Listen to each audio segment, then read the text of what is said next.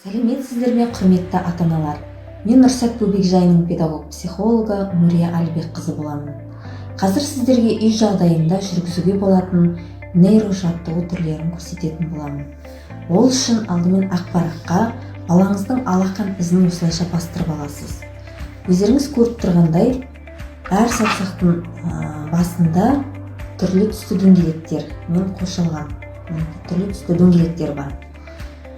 Екі қызыл, екі жасыл, екі қызыл сары, екі сары, екі көк.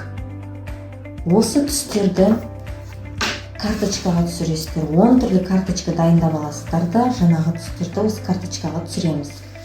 Ойынды жүргізу үшін екі карточканы жоғарыға қоясыз, оң жағына және сол жағына.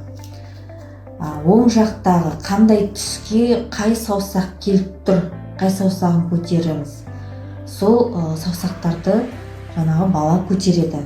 Екі алақанын қойып, оң жағы мен сол жағын бірдей көтереді. Көрсетілген карточкадағы түс бойынша.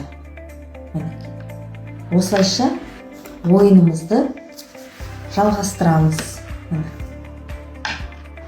Қызыл, сары бірге көтереміз.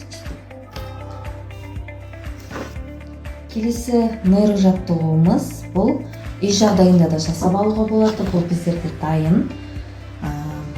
Өздеріңіз көріп тұрғандай үлгісі қиын емес, оңай, ақпаратқа осылайша сызып бояуға болады. Өздеріңіз қалаған екі түсті таңдап аласыздар да, жаңағы сызбасы арқылы бояп, жаңағы балаға бірдей екі қолмен жұмыстан ұсынылады.